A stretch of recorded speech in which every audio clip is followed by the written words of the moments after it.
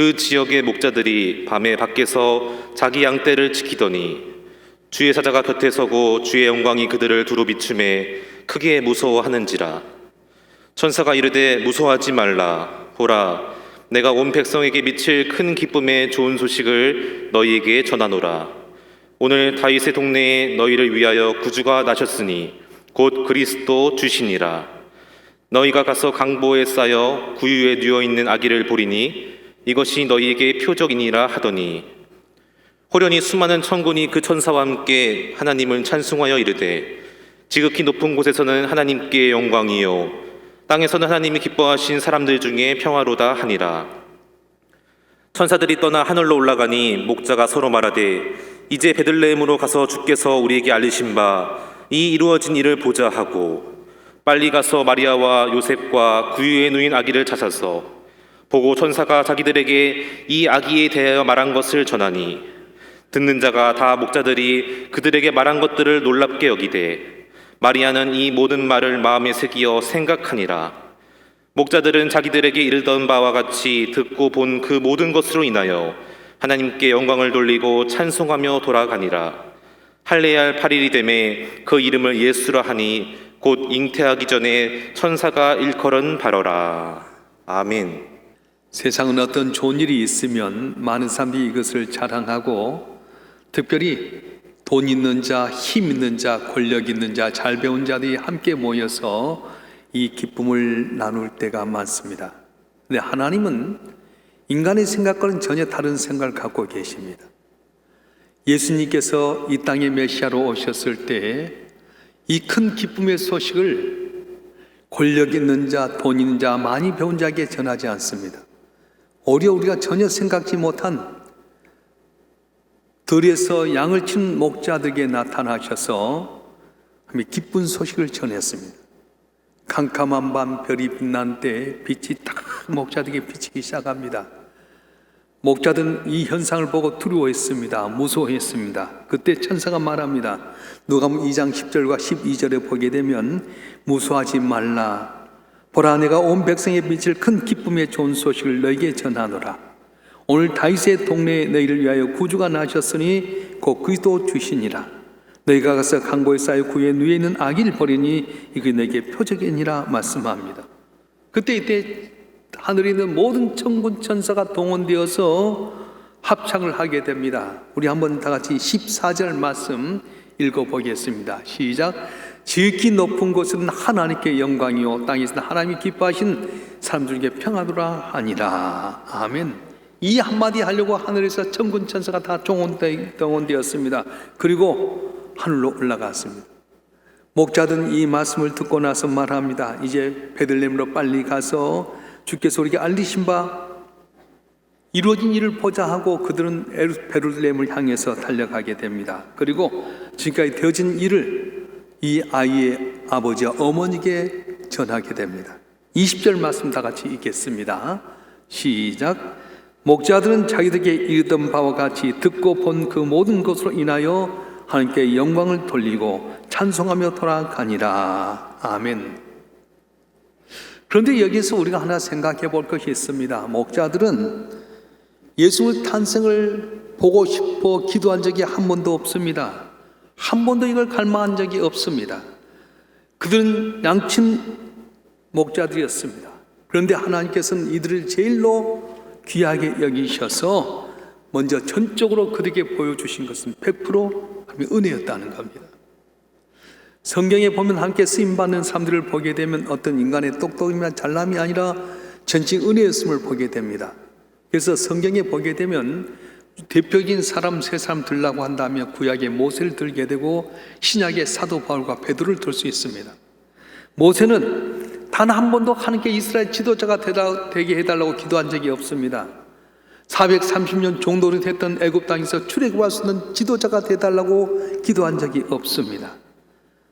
40살부터 80세까지 미디안 광야에서 양이나 치면서 하루하루 세월을 보내는 늙은이에 불과했습니다. 그런데 어느 날 가시떨기 나무 가운데 주님께서 나타나셔서 네가 내 백성을 애굽 땅에서 건져내라 말씀하셨습니다.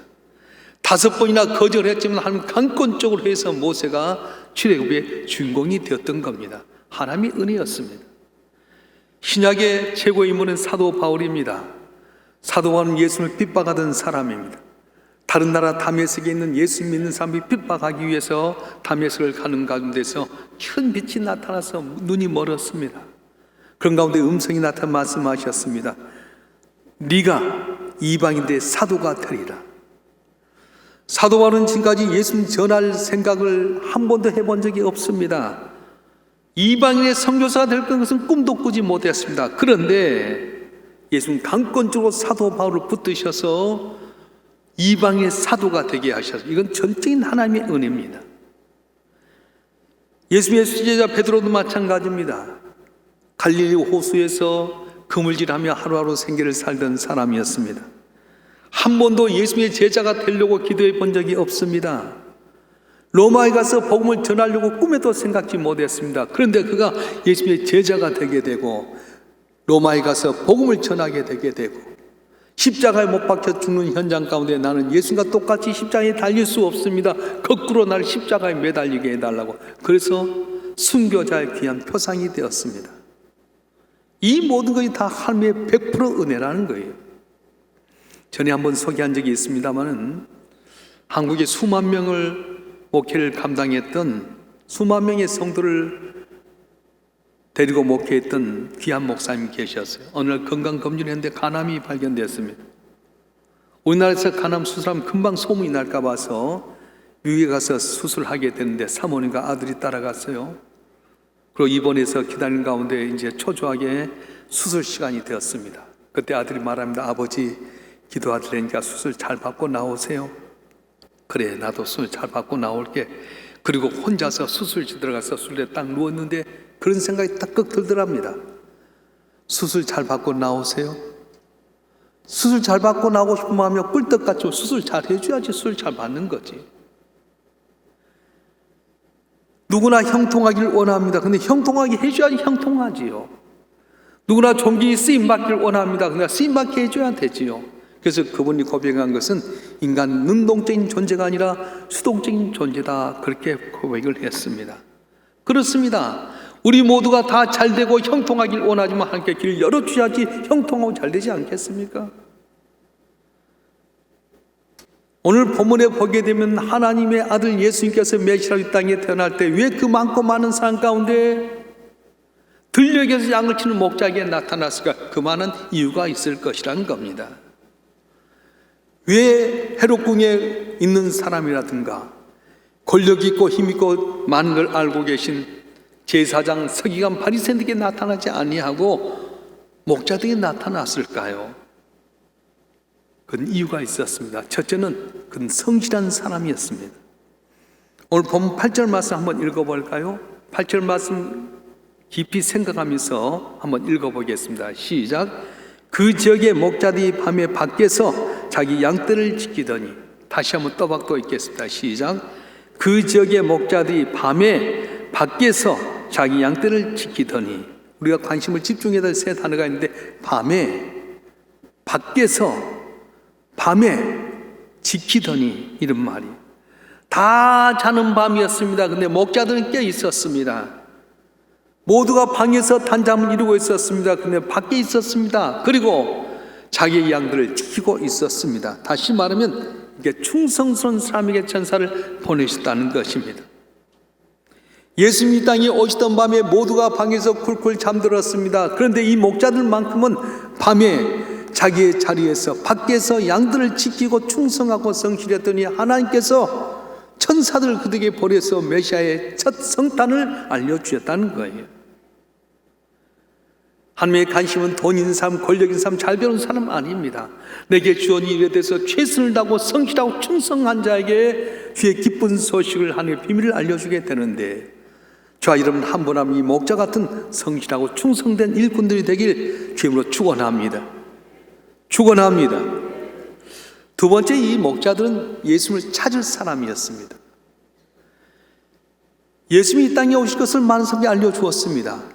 성경을 통해서 알려주었고 또한 동방의 박사들을 통해서 알려주었습니다. 베들레헴에 메시아가 태어났다고. 그런데 어떻습니까? 사람 들었을 뿐입니다.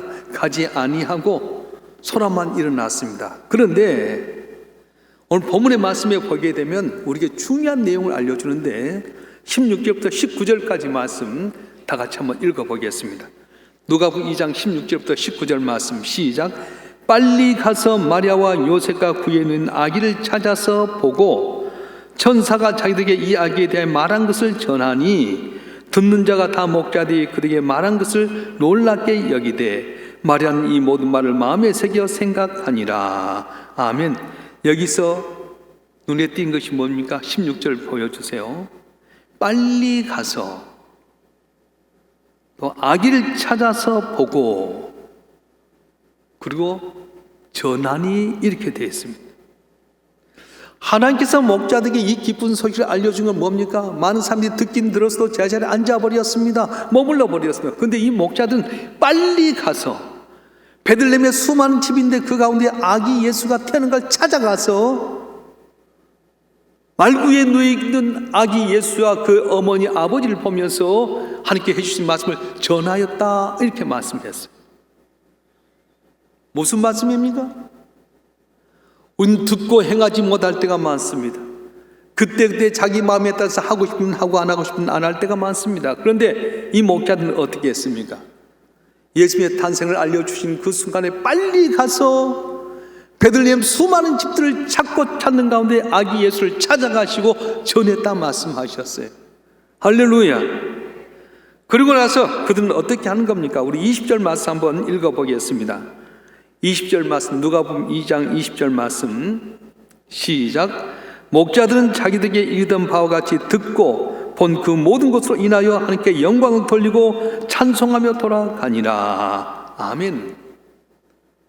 목자들은 자기의 이르는 바와 같이 듣고 본 그 모든 것을 인하여서 하나님께 영광을 돌리고 찬송하며 돌아가니라 그렇게 말했어요. 하나님은 오늘도 하나님의 비밀을 알려주기를 원하십니다. 좋은 소식을 알려주기를 원합니다. 어떤 사람에게요? 권력 있고 힘 있고 지식이 있고 능력 있는 사람이 아니라 바로 오늘 이 목자들처럼 자기 일에 성실하고 충성된 사람, 말씀을 들으면 거기에 머물러 버리는 것이 아니라 빨리 가서 찾고 두드리고 행하고 봉사한 사람, 전하는 사람들에게 놀라운 기적과 은혜를 준다고 말씀하셨어요. 오늘 우리가 2022년부터 되어질 하나님의 놀라운 축복을 바라보면서 장로님 두 분과 당에서 추천한 안수사 권사님들을 피택하려고 합니다. 어떤 사람 우리가 피택해야 될까요? 이름 몰라도 괜찮습니다. 얼굴 알 수 있잖아요. 어떤 사람이요? 성실하고 충성된 일꾼. 말만 앞세우는 사람이 아니라 빨리 가서 찾아보고 행하고 순종하는 사람, 그 사람을 택하게 될 때 그들을 통해 놀라운 기적의 역사가 일어나고 하나님의 영광이 드러날 줄로 믿습니다. 혹시 오늘 피택 안 된 분이 있다면, 이름이 안 된 분이 있다면 낙심하지 마세요. 나 이 교회 못 있겠어, 창피해 못 있겠어. 다른 교회 가면 적어도 5년 있어야 돼. 그런데 우리 교회는 2년에 한 번씩 있잖아요. 코로나로 못 했지만 목사님들이 다 명단 봉사들을 올렸습니다. 당에서 고른 것은 뭐냐면 11조였어요. 이번에 못했으니까 다음부터 하라 가면 안 될까요? 그럴 수 있죠. 그래서 제가 목사님들과 다른 분 놓이는 목사님과 이렇게 해봤더니 기본이 안 되면 안 된다. 가르쳐서 된 건 아니라는 거예요. 혹시 내 이름이 명단에 못 올라왔어 낙심하지 마세요. 내가 형편 때문에 어려웠다면 온전한 11조 감당하고, 내가 봉사하지 못했던 봉사하면 2년 후에는 다 같이 쓰임받는 은혜가 있어질 줄 믿습니다. 그래서 오늘 항존이 피택 선거를 통해서 시험에 문제 하나도 없이, 그래 부족한 것은 다음에 보완하고, 잘된 분은 오늘 피택되어서 내년 5월 달에 4월 마지막 주에 우리가 노예를 하겠는데 5월 달에 이렇게 임직하려고 합니다. 그런데 어떤 사람이 오늘 피택되다고 다 된 건 아니에요. 4개월 동안 열심히 훈련의 과정을 통해서 통단자만이 되게 된다는 거예요. 그러니까 하나님께 쓰임받는 일꾼은 그냥 되지 않습니다. 은혜로 된 거지만 거기에 기준에 맞춰서 성실하고 충성된 자, 말씀하면 빨리 가서 찾아보고 성실히 행하는 자가 되게 되는데, 우리 모두가 그런 분이 되어서 함께 영광을 돌리고 쓰임받고 복받는 귀한 분 되길 주님으로 축원합니다. 축원합니다. 기도하겠습니다.